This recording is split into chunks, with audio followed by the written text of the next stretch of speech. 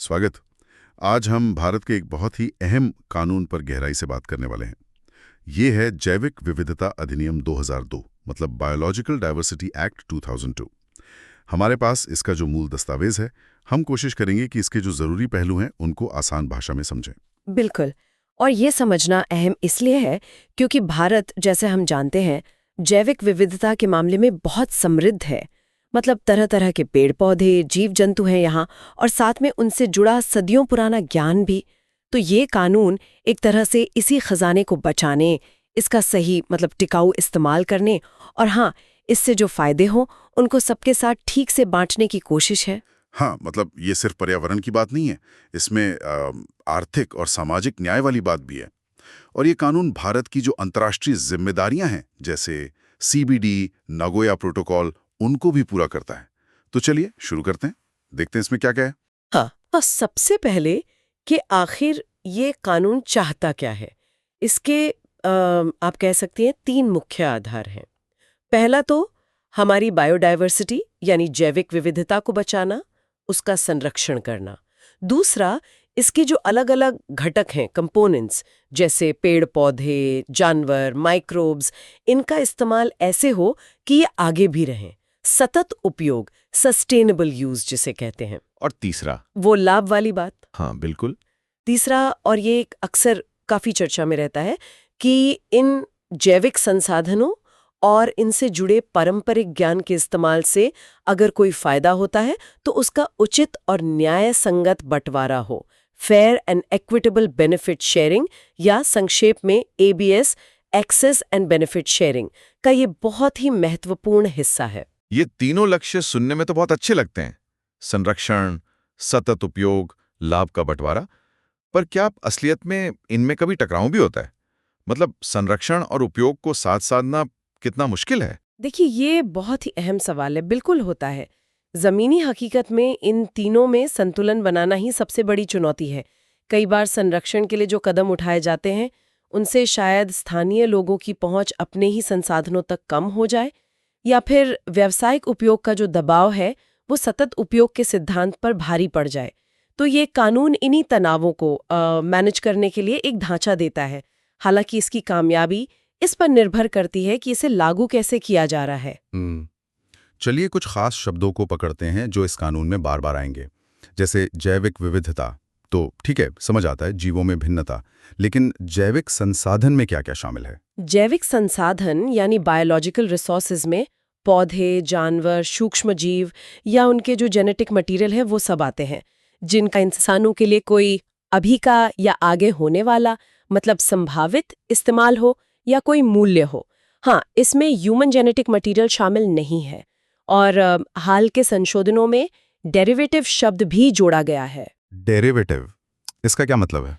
Derivative मतलब जैविक संसाधन से प्राकृतिक रूप से मिलने वाला कोई बायोकेमिकल कंपाउंड, जैसे किसी पौधे से निकला तेल या कोई केमिकल, भले ही उसमें सीधे तौर पर उस पौधे का जेनेटिक मटेरियल जैसे DNA या RNA न हो। ये इसलिए ज़रूरी है क्योंकि कई बार कंपनियां सीधे संसाधन नहीं बल्कि उसके डेरिवेटिव का इस्तेमाल करती हैं। अच्छा, और पारंपरिक ज्ञान, ट्रेडिशनल नॉलेज, ये क्या सिर्फ पुरानी किताबों वाला ज्ञान है, आयुर्वेद वगैरह? नहीं, ये उससे कहीं ज्यादा है। इसमें संहिताबद्ध ज्ञान तो है ही, मतलब कोडिफाइड नॉलेज, जैसे आयुर्वेद, सिद्धा, यूनानी की पुरानी किताबों में जो नुस्खे लिखे हैं। लेकिन इसमें वो ज्ञान भी शामिल है जो पीढ़ी दर पीढ़ी समुदायों में, आदिवासियों में, किसानों के बीच मौखिक रूप से या परंपराओं से चला आ रहा है। जैसे हाल के संशोधनों में लोक किस्म और लैंड रेस जैसी श्रेणियों को भी साफ तौर पर शामिल किया गया है। ये लोक किस्म और लैंड रेस क्या है? ये किसानों द्वारा पीढ़ियों से तैयार की गई और बचाई गई फसलों की पारंपरिक किस्में हैं, जो किसी खास इलाके के मौसम, मिट्टी के अनुकूल होती हैं। ये हमारी कृषि विविधता का अहम हिस्सा है। समझ गया। और एक शब्द है वाणिज्यिक उपयोग, कमर्शियल यूटिलाइजेशन। क्या आम खेतीबाड़ी भी इसमें आ जाती है? नहीं, पारंपरिक खेती, बागवानी, पशुपालन, मधुमक्खी पालन, ये सब इसमें नहीं आते। वाणिज्यिक उपयोग का मतलब है जैविक संसाधनों का इस्तेमाल मुख्य रूप से बिजनेस के लिए करना, मतलब व्यावसायिक लाभ के लिए।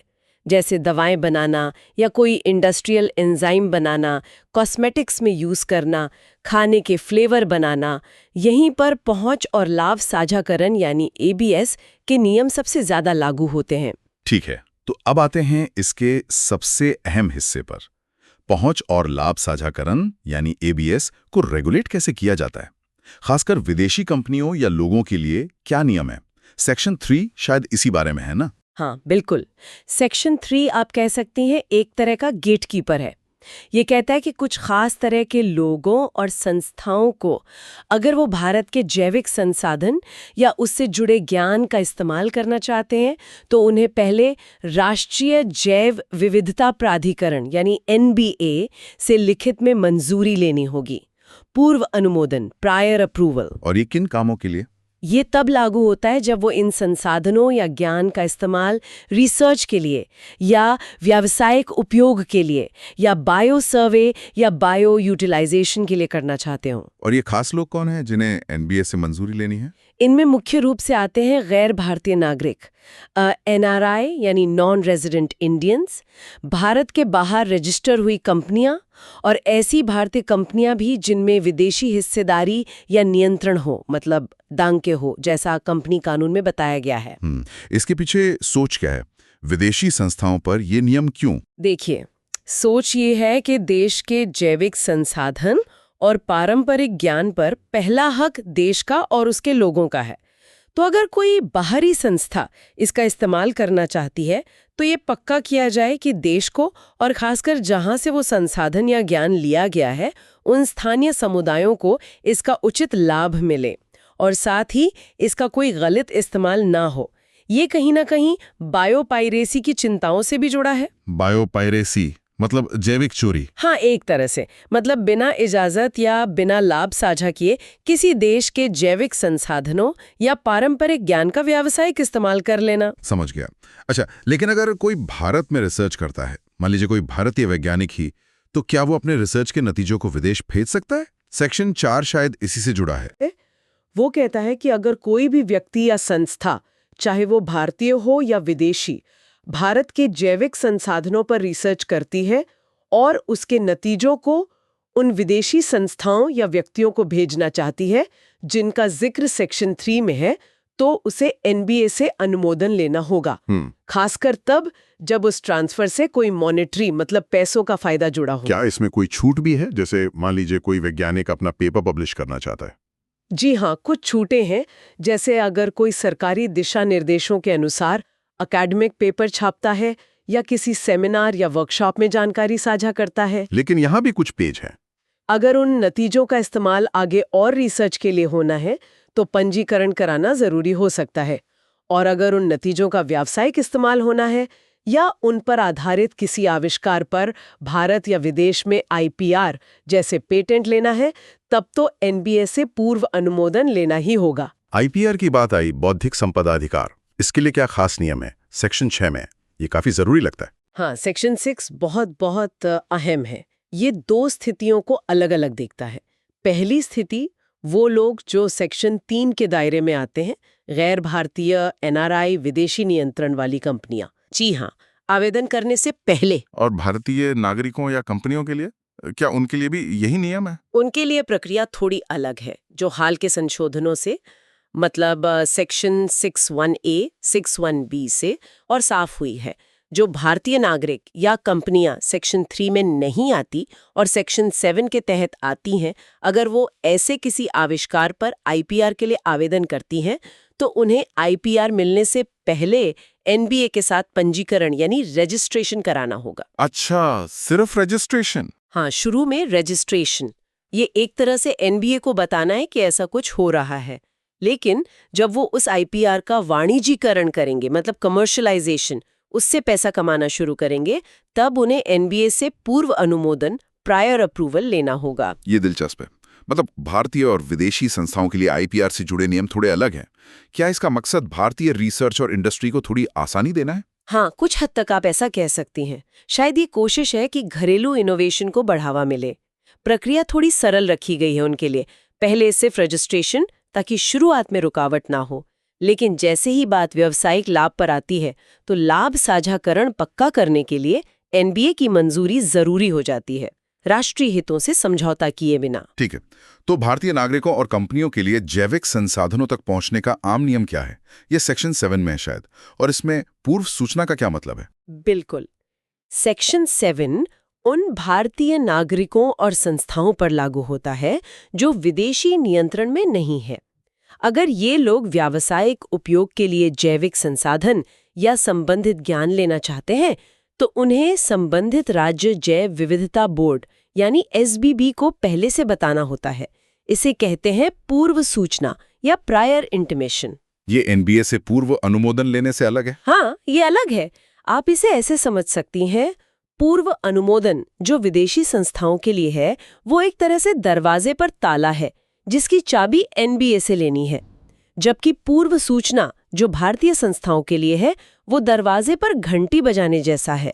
एसबीबी को बस बताना है कि आप व्यावसायिक इरादे से संसाधन ले रहे हैं, फिर एसबीबी लाभ साझाकरण वगैरह की शर्तें तय कर सकता है। क्या इस पूर्व सूचना वाले नियम में भी कोई छूट है, जैसे किसानों या वैद्यों के लिए? हाँ, और ये बहुत ही महत्वपूर्ण छूटें हैं। पहला, ये नियम संहिताबद्ध पारंपरिक ज्ञान जैसे आयुर्वेद की किताबों वाले ज्ञान के इस्तेमाल पर लागू नहीं होता। दूसरा, ये स्थानीय समुदायों, किसानों और उन वैद्यों, हकीमों और पंजीकृत आयुष प्रैक्टिशनर्स पर भी लागू नहीं होता जो पारंपरिक रूप से अपनी रोजी रोटी के लिए इन संसाधनों का इस्तेमाल करते हैं। अच्छा, ये तो बड़ी राहत की बात है उनके लिए। जी, और एक और बड़ी छूट है, उगाए गए औषधीय पौधों, कल्टीवेटेड मेडिसिनल प्लांट्स और उनके उत्पादों के लिए, बशर्ते कि जैव विविधता प्रबंधन समिति मतलब बीएमसी से नियमों के तहत एक उत्पत्ति प्रमाण पत्र सर्टिफिकेट ऑफ ऑरिजिन लिया गया हो।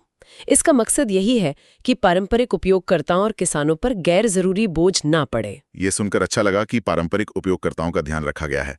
चलिए अब उन संस्थाओं की बात करते हैं जो इन सब नियमों को लागू करवाती हैं। ऐसा लगता है 3 स्तर हैं, राष्ट्रीय, राज्य और स्थानीय। सबसे ऊपर है राष्ट्रीय जैव विविधता प्राधिकरण एनबीए। बिल्कुल। सेक्शन 8 के तहत केंद्र सरकार ने एनबीए को स्थापित किया है।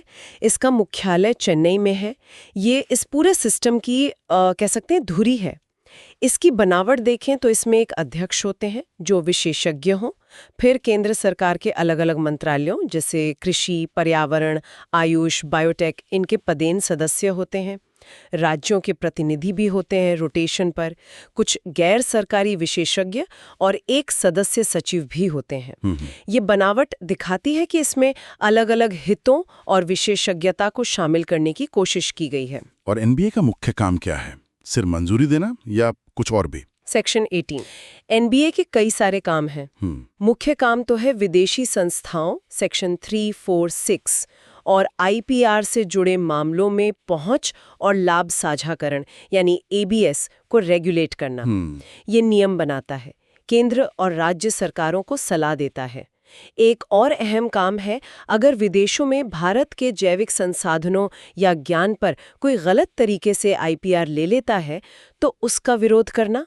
ये राष्ट्रीय स्तर पर कोऑर्डिनेशन और निगरानी का काम करता है। बायोडायवर्सिटी फंड, इसमें पैसा आता है केंद्र सरकार से अनुदान के रूप में, एनबीए जो फीस लेती है उससे, और सबसे जरूरी लाभ साझाकरण यानी बेनिफिट शेयरिंग के तौर पर कंपनियों से जो राशि मिलती है उससे। और खर्च, क्या ये पैसा सच में उन लोगों तक पहुंचता है जहां से संसाधन लिए गए? देखिए, कानून तो यही कहता है कि इसका इस्तेमाल लाभकर्ताओं यानी बेनिफिट क्लेमर्स तक लाभ पहुंचाने में होना चाहिए। मतलब वो स्थानीय समुदाय या ज्ञान धारक जहां से संसाधन या ज्ञान मिला है, साथ ही संरक्षण और सतत उपयोग की गतिविधियों को फंड करने में और उन इलाकों के सामाजिक आर्थिक विकास के लिए।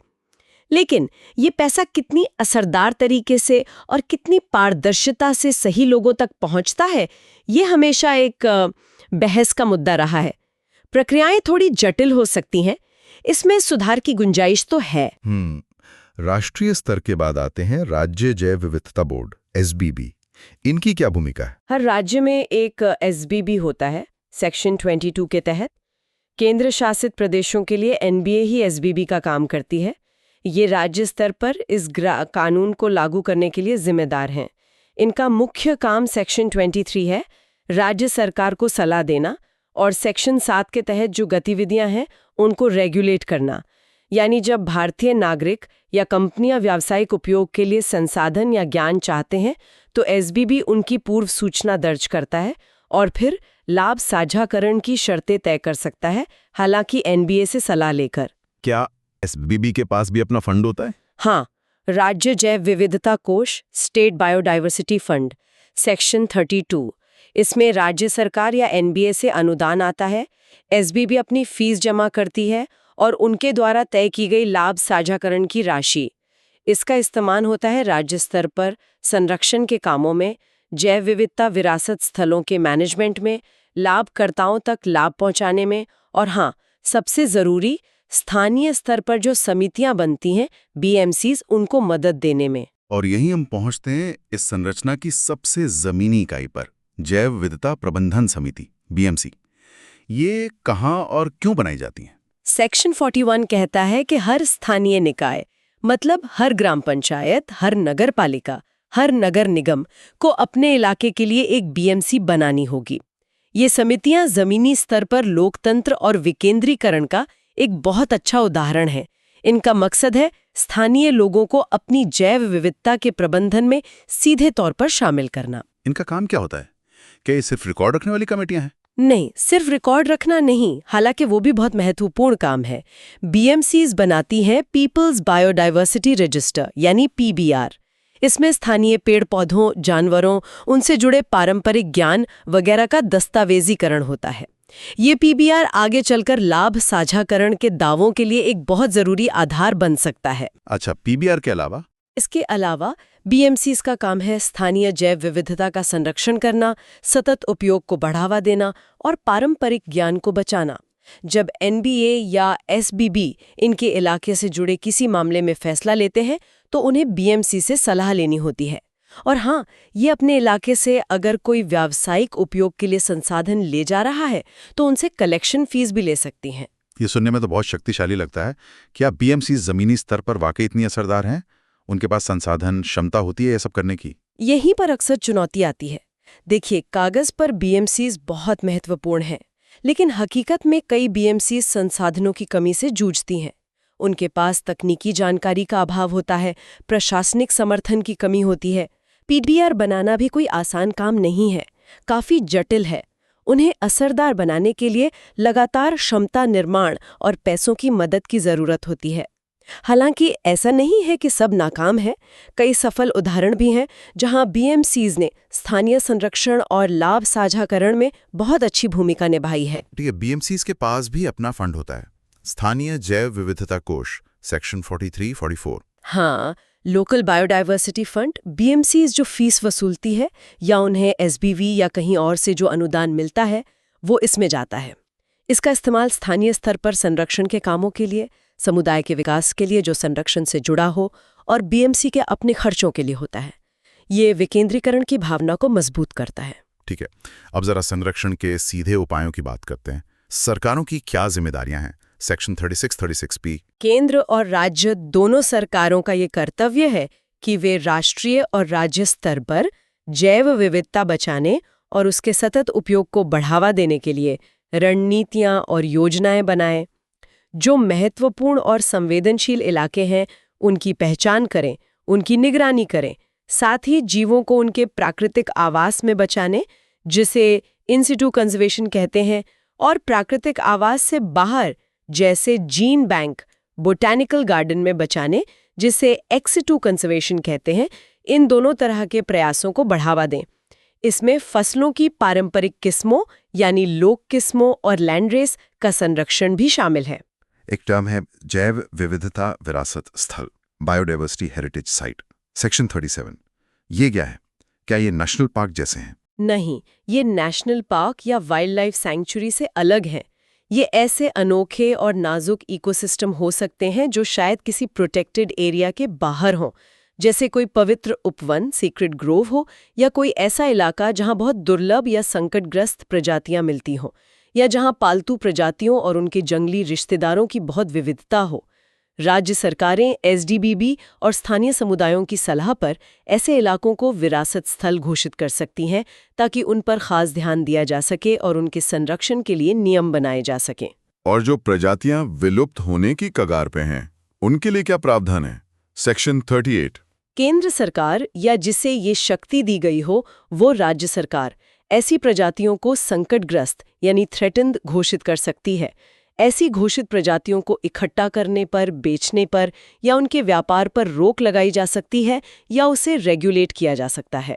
उनके संरक्षण और उनकी संख्या बढ़ाने के लिए भी खास कदम उठाए जा सकते हैं। क्या इस कानून से कुछ चीजों को छूट भी मिली हैं, जैसे जो चीजें आमतौर पर बाजार में बिकती हैं? सेक्शन 40। हाँ, सेक्शन 40 में ये प्रावधान है, केंद्र सरकार एनबीए की सलाह पर उन जैविक संसाधनों को जो आमतौर पर वस्तुओं मतलब कमोडिटीज के रूप में ट्रेड होते हैं, उन्हें इस कानून के कुछ प्रावधानों से छूट दे सकती है, खासकर पहुंच और लाभ साझाकरण से जुड़े प्रावधानों से। ऐसा इसलिए ताकि सामान्य व्यापार में रुकावट ना आए। लेकिन ये छूट आईपीआर से जुड़े सेक्शन 6 पर लागू नहीं होती। अच्छा, मतलब अगर कोई कमोडिटी पर आधारित आविष्कार करके पेटेंट लेना चाहे तो नियम लागू होंगे? जी हाँ, तब नियम लागू होंगे। ठीक है। अब आखिर में अगर कोई इन नियमों को तोड़ता है तो क्या होता है? सजा क्या है? अपील की क्या व्यवस्था है? Section 55, 55A, 56। देखिए, पहले इस कानून में जेल की सजा का भी प्रावधान था, लेकिन 2023 में जो संशोधन हुआ उसके बाद इसे मुख्य रूप से जुर्माने तक सीमित कर दिया गया है। अगर कोई पहुंच सेक्शन 3, रिसर्च नतीजों की ट्रांसफर सेक्शन 4, आईपीआर सेक्शन 6 या भारतीय संस्थाओं द्वारा पहुंच सेक्शन 7 से जुड़े नियमों का उल्लंघन करता है तो उस पर भारी जुर्माना लगाया जा सकता है। ये कम से कम 1 लाख रुपए से लेकर 50 लाख रुपए तक हो सकता है। 50 लाख तक? हाँ, और अगर उल्लंघन से ज्यादा नुकसान हुआ है तो जुर्माना नुकसान के बराबर भी हो सकता है। अगर उल्लंघन जारी रहता है तो 1 करोड़ रुपए तक का अतिरिक्त जुर्माना भी लग सकता है। ये जुर्माना तय कौन करता है? कोर्ट? नहीं, इसके लिए एक न्याय निर्णयन अधिकारी एडजुडिकेटिंग ऑफिसर नियुक्त किया जाता है। वो मामले की जांच करके जुर्माने की रकम तय करता है। ये केंद्र में जॉइंट सेक्रेटरी या राज्य में सेक्रेटरी रैंक का अधिकारी होता है। और अगर कोई कंपनी नियमों का उल्लंघन करती है, सेक्शन 57? तो सिर्फ कंपनी ही नहीं, बल्कि उस अपराध के समय कंपनी के काम के लिए जो भी जिम्मेदार व्यक्ति था, जैसे डायरेक्टर, मैनेजर, वो भी उत्तरदायी माना जाएगा। हाँ, अगर वो ये साबित कर दे कि अपराध उसकी जानकारी के बिना हुआ या उसने उसे रोकने की पूरी कोशिश की थी, तो बात अलग है। अगर कोई एनबीए या एसबीबी के लाभ साझाकरण के फैसले से सहमत नहीं है या उस न्याय निर्णयन अधिकारी के जुर्माने के आदेश से सहमत नहीं है, तो क्या कहीं अपील कर सकते हैं? Section 52, 52A, 55A3। हाँ, बिल्कुल। पहले अपील हाई कोर्ट में होती थी, लेकिन अब अपील राष्ट्रीय हरित अधिकरण यानी नेशनल ग्रीन ट्रिब्यूनल एनजीटी में की जा सकती है। एनजीटी पर्यावरण से जुड़े मामलों के लिए एक विशेष अदालत है। आदेश मिलने के बाद एक तय सीमा होती है, आमतौर पर 30 या 60 दिन, उसके अंदर अपील करनी होती है। अदालतों में मामला कैसे शुरू होता है? क्या पुलिस खुद एफआईआर कर सकती है? सेक्शन 61 ये एक दिलचस्प बदलाव है। पहले सेक्शन 58 था जो इन अपराधों को संज्ञेय और गैर जमानती बनाता था, उसे हटा दिया गया है। अब सेक्शन 61 के तहत अदालतें मामले का संज्ञान तभी लेंगी जब केंद्र सरकार या उसके द्वारा अधिकृत कोई अधिकारी लिखित शिकायत करे, या फिर कोई भी व्यक्ति या लाभ का दावेदार, जैसे कोई समुदाय या व्यक्ति जिसे लाभ मिलना चाहिए था, वो भी शिकायत कर सकता है। लेकिन उसे पहले सरकार या अधिकारी को 30 दिन का नोटिस देना होगा। अच्छा, तो कुल मिला के देखें तो ये कानून भारत की जो अनमोल जैविक संपदा है और उससे जुड़ा जो ज्ञान है उसको बचाने, उसके इस्तेमाल को नियंत्रित करने और फायदों को बांटने के लिए एक बहुत ही विस्तृत ढांचा तो देता है। एनबीएस, एसबीबी और बीएमसीज के जरिए राष्ट्रीय, राज्य और स्थानीय स्तर पर एक पूरी व्यवस्था बनाने की कोशिश की गई है। पहुंच और लाभ साझाकरण लगता है इसकी आत्मा है। बिल्कुल सही कहा आपने। ये कानून इसी सिद्धांत पर आधारित है कि जैविक संसाधनों पर देश का संप्रभु अधिकार है। उनका उपयोग टिकाऊ होना चाहिए और उनसे जो भी लाभ हो उनमें स्थानीय समुदायों की हिस्सेदारी होनी चाहिए, जिन्होंने पीढ़ियों से इन्हें सहेज कर रखा है। ये एक महत्वाकांक्षी कानून है जो संरक्षण, सतत उपयोग और समानता, इन तीनों के बीच संतुलन बनाने का प्रयास करता है। यहाँ एक विचार के साथ हम इस चर्चा को समाप्त कर सकते हैं। देखिए, कानून बनाना एक बात है और उसे जमीनी पर असरदार तरीके से लागू करना बिल्कुल दूसरी। क्या ये जो त्रिस्तरीय व्यवस्था है, NBA, SBB, BMC, ये जमीनी हकीकत में उतना तालमेल और प्रभाव दिखा पा रही हैं जितनी उम्मीद थी? खासकर लाभ साझाकरण के मामले में अगर देखें तो क्या फायदे वाकई उन समुदायों तक पहुंच रहे हैं जो असल में हकदार हैं? और भविष्य में इस कानून को और ज्यादा प्रभावी बनाने के लिए किन सुधारों की जरूरत है? क्या वो क्षमता निर्माण में है, या प्रक्रियाओं को और सरल बनाने में, या फिर कहीं ना कहीं राजनीतिक इच्छा शक्ति में? इस पर सोचने की जरूरत है।